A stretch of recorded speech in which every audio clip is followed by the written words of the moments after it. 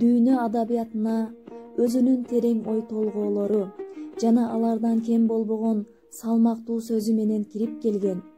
Чыгармалары чыгыш даанышмандыгы менен жуурулушкан кадимки түрк элдеринин мифтери менен бүткүл дүйнө окурмандарынын көңүлүн өзүнө тарта алган үлкөн жазуучу, улуу инсан, мамлекеттин жана коомдун жүрөгүндө жашап келе жаткан Чыңгыз Айтматов жөнүндө сөз кылуу оңой эмес. Кыргыз элинин улуу өкүлү, жазуучу Чыңгыз Айтматовдун ысымын укпаган адам, кайталангыс чыгармаларын окубаган окурман болбосо керек.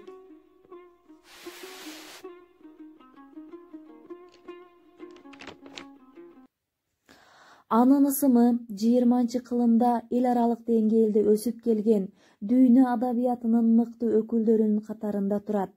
Учурда көптөгөн адабият таануучулар Толстой, Достоевский, Фолкнер сыяктуу таанымал инсандардын катарына коюшууда. Анын чыгармалары дүйнөнүн 70тен ашуун тилине которулганы белгилүү.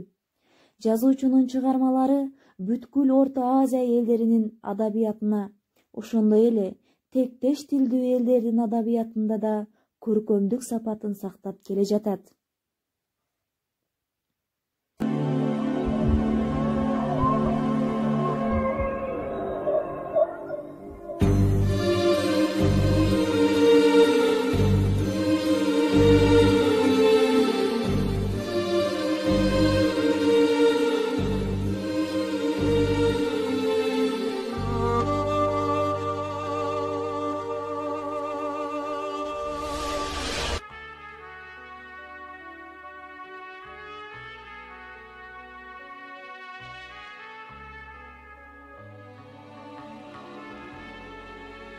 Эки Чыңгыз өмүр сүрдү бул унутчаак ааламда.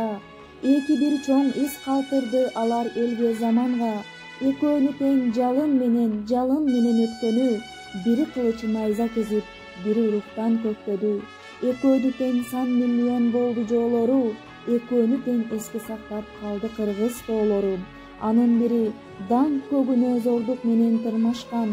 Аалам теңин кан какшаткан баш болбашчы Чыңгыз хан.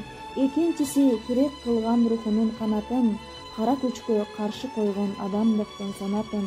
Ар жүрөктүн айлыңында изги ат болуп жанасың, эми Ала тоодон да зор Чыңгыз тоо болуп каласың.